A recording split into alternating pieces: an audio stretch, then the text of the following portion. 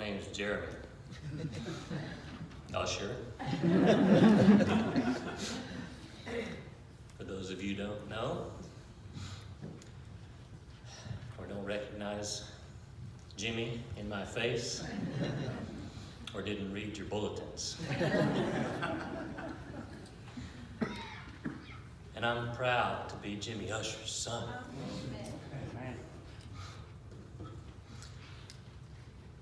Thank you all for coming here today. It's an amazing moment, an outpouring of love for my dad. Like all the speakers have said before me, how is it possible to sum up a man's life, your father's life, your husband's life, in a few words, in a few minutes? Can't do it. It's not possible. Their lives can only really be summed up and truly felt in how you choose to live your own life day after day after day. Because that's how Dad had lived his. Do others see him in you? Do you see him in you? Do you carry the best of him with you every day and everywhere? Words cannot do justice to a long life well lived. It is in the continuation of the Father that the Son honors his life. It is in the continuation of the Father that the Son honors his life. Did anyone hear my dad in that? Sound like him? He always used to repeat the key points when he spoke behind the pulpit, right? I don't ever really think I knew I liked that until now. It's an effective technique. He associated with a lot of good speakers, right? With that said, like Sonia said, at Dad's request, I'll do my best to wrap a few words around who he was to us all and attempt to share some of what he instilled in me, perhaps within you as well, with the way he lived every day. I'm pretty sure if you here, you knew my dad, brother Jimmy, Jim, Dad, or as my mom often called him, Jimmy.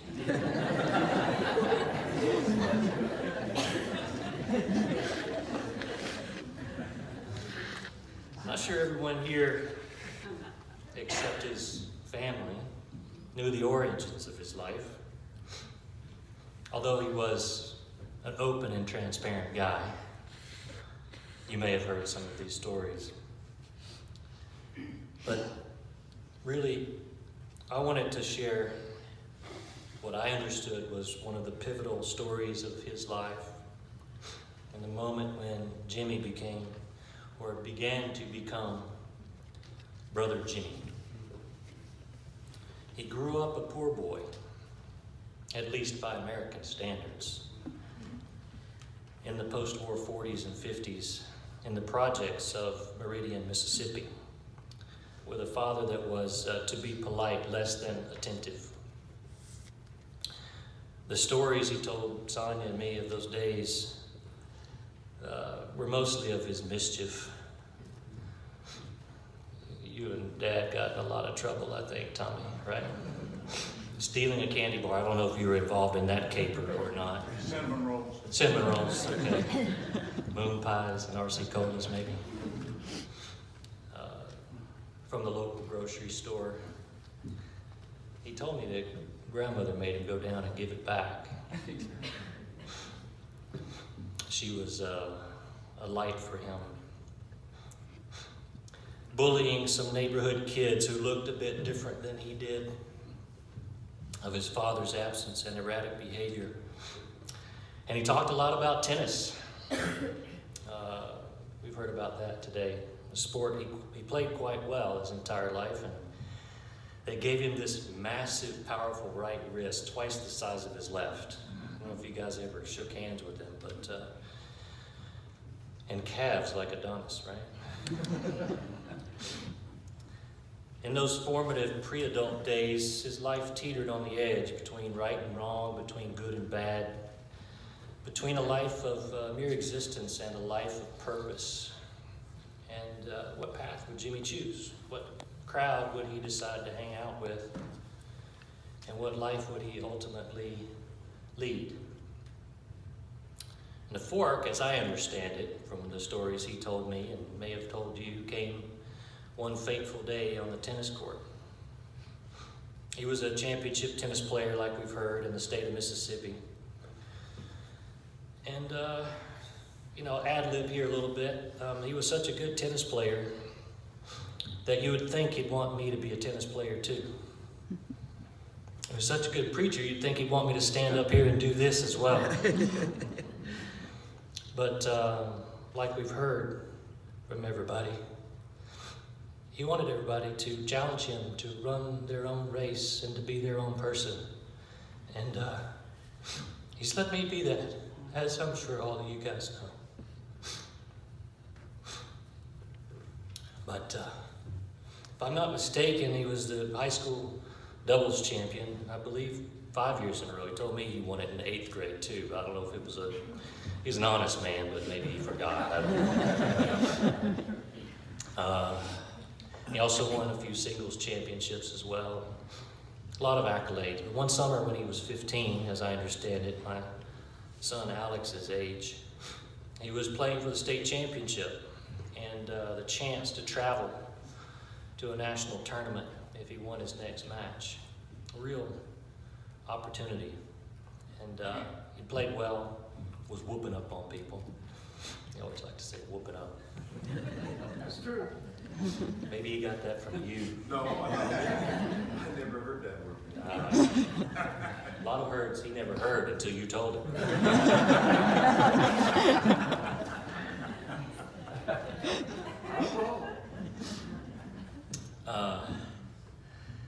So one more point, right? And he wins the match, his match point. Maybe not a lot of tennis players in here, but match point, as you get the next point, you win. And win that trip to the national tournament, but with the game on the line, he hit the ball wide by 2 inches and went on to lose that match and the championship. And he told us this story many times because it was from this defeat that he found his victory. That's right.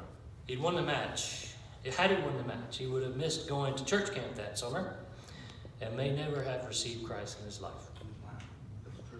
Had he won the match, it's very likely that none of us would be here today for Dad. May never have received the call into the ministry that he did. That, to me, changed the arc of his life. Looking back over his short 76 years, that's where it all began. He lost the match, but he found his Savior. And we were blessed with the man that he would become. Amen. But who was my dad? Who was Brother Jimmy? He was many things, but today I'll focus on 3. Because that's what he taught me to do when I was communicating.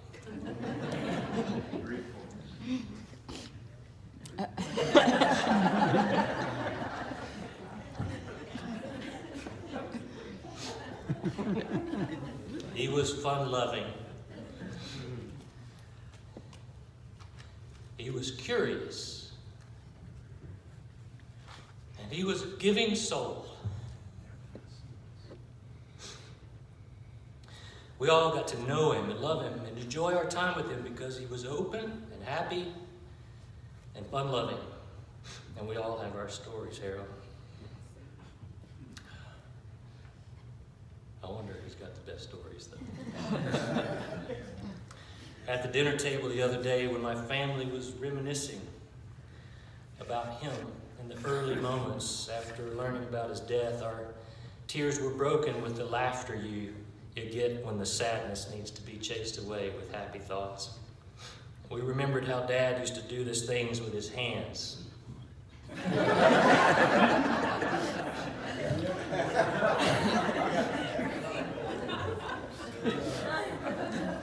I've seen it forever.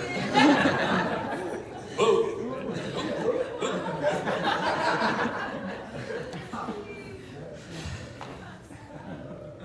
He'd just laugh at himself and whatever silly, airheaded thing he had just said. And I say that with all love. We would often tease him because he loved to tease and be teased about the things he did from the pulpit. For example, he was notorious for saying he had 3 things to say while holding up 2 fingers. Oblivious to the disconnect between his hand and his mind. I don't know how many lunches we had over here at the trailer at home, saying, Jimmy, 2 fingers, 3 points. He never could get it right.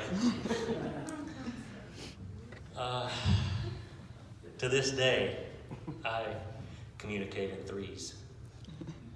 And, if possible, alliteration. Because Dad used to say if you wanted people to remember what you said on Sunday, it was best to give them 3 points, so they could refer back to it in their minds for the rest of the week. Fun-loving. He always used to repeat his point, too. He was curious.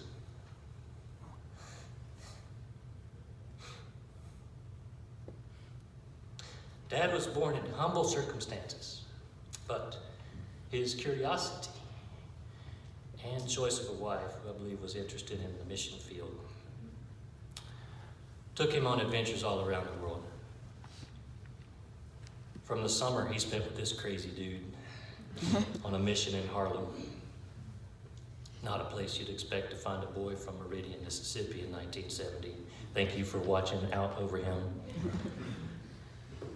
I believe that's also where my origins are from, because I was born in April in 1971.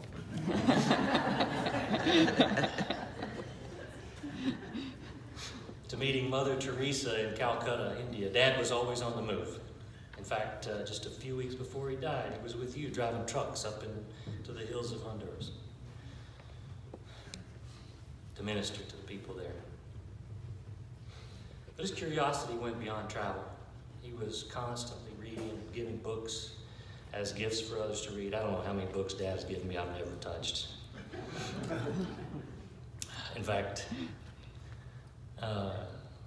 he gave me his book that he wrote. And I just read it last month.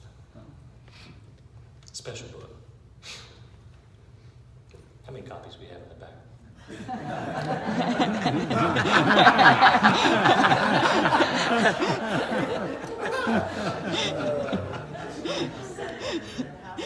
700 at the house. You definitely your father's son.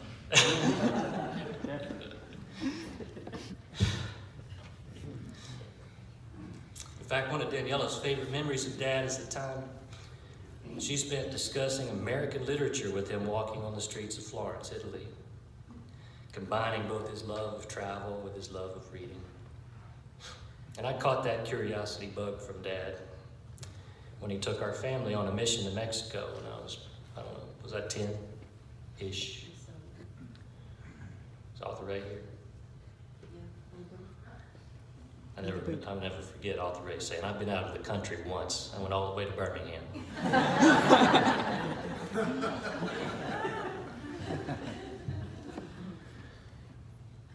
It caught fire, this curiosity caught fire within me and spawned this race between us to see who could visit the most countries in the world. And as any son or really any competitor would hope, I won that particular race. But only because Dad chose to dial in and focus his energy on serving the poor in Honduras in a single country. And that leads me to my third point after curious, and that is giving. Dad was a giver.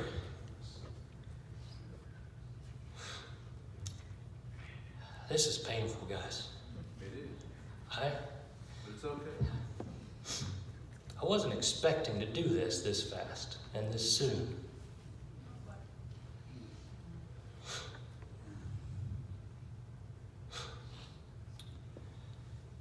Sometimes Dad's giving made me mad.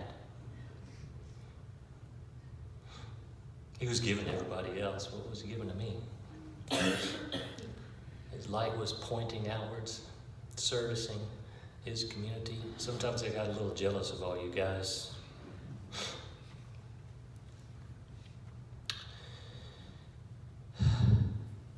But he was giving that to me too. Even though I didn't recognize it necessarily in the moment. He gave his life to others. Whether that was to members of this very church in Round Top or to the pastors and members of his rural church network in Honduras. Dad spent his life giving hope, giving love, giving prayers, giving energy, food, glasses, medical care,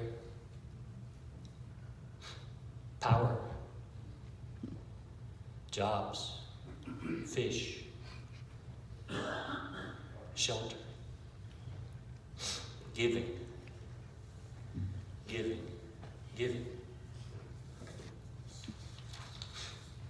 Thing is, he didn't have that much to materially give. But he did have his time. He had his energy. He had his curiosity. He had his Savior. And he gave it all. Right up to the very last minute.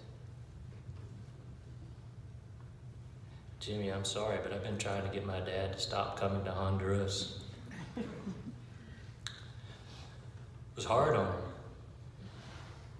Stubborn old man. Wouldn't listen. I'm never going to listen to you guys either when I get old, so.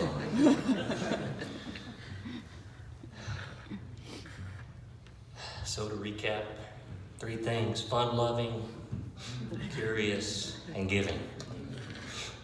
Remember that this week when you remember my dad. Like many sons, I've probably spent too much energy, you know this, trying to figure out the ways in which Dad and I were different, areas where we disagreed, then in trying to find and appreciate common ground and similarities between us.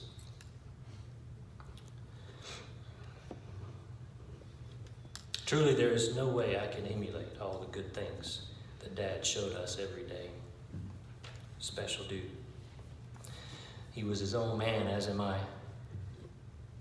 But in looking back on who he was and who I have become, I can see now that the best of who I am came from you, Dad.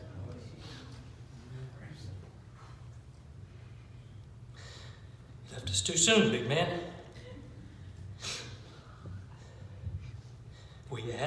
yet finished our conversation.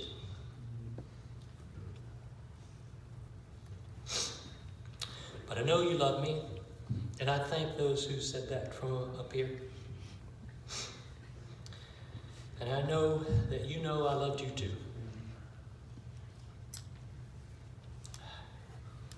We all have a short time on this earth. In Dad's case, a short 76 years. And it's how we live our lives and what we do with our time that speaks for itself. Dad's life and his values now live within all of us. And they live within you guys. Because he passed them to me, through me, to you. It's now our responsibility to carry these parts of him forward, since he can no longer do that in person himself.